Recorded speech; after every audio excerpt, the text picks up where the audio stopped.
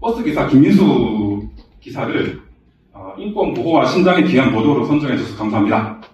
위 기사에 담긴 그 동료 시민에 대한 우리 시대 갈망을 높이 평가하면서도 지역의 작은 언론사로서 그런 어려운 사정을 감안해주신 결과가 아닌가 생각합니다.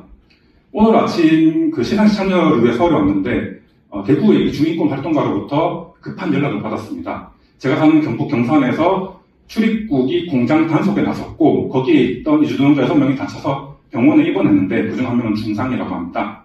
함께 일하던 동료 이주노동자에 대해 안타까움을 느껴서 순간적으로 도주라는 비이성적 결정을 하게 된 평범한 사람에 대한 기사를 제가 썼고 기사로 주목도 받았는데 여전히 현실에서는 전과 다름없이 폭력적이고 위험한 강제 단속이 이어지고 있습니다.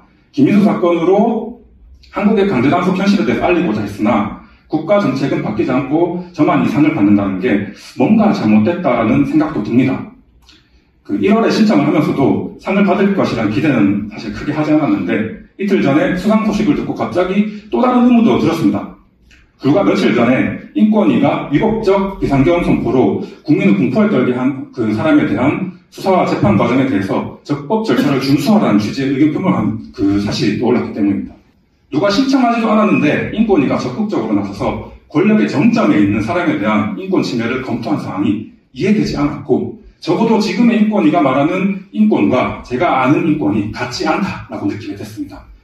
결정문을 다시 읽어봤습니다. 인권위는 결정문에서 서부지법 영장 담당 판사가 진보 성향이라고 우회적으로 언급하는 등 대통령 수사와 재판 과정에 대한 왜곡되고 편향된 일각의 주장을 여과 없이 적시했습니다. 판사를 지목해 정치 성향도 언급하면서 사법 신뢰를 훼손했습니다. 법원을 향한 폭력 시위가 대통령 수사상 문제 때문에 일어난 것처럼 적시했습니다. 대통령의 비상계엄 선포와 관련한 삼작한 위법성에 대해서 이야기하지 않고 국민 여론이 대통령 주장에 동조한다는 근거 없는 주장도 담았습니다. 아닙니다.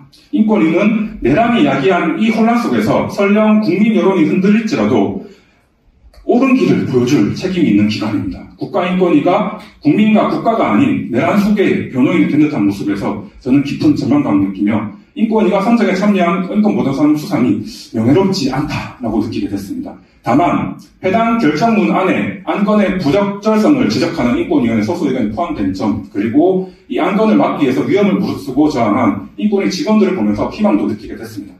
이 자리에 서서 그분들에게 지지와 연대, 존경을 표하겠다는 의지로 이 상을 수상하기로 했습니다. 수령하기로 했습니다. 또한 1.23 내란이 침해한 시민의 자유와 신권을 인권위가 애써 외면하고 있는 상황이기에 독립적 국가기관으로서 소외당한 우리 동료 시민에게 작은 위로가 되고자 상금은 윤석열 퇴진 대구시국회의에 전액 기부하겠습니다. 들어주셔서 감사합니다.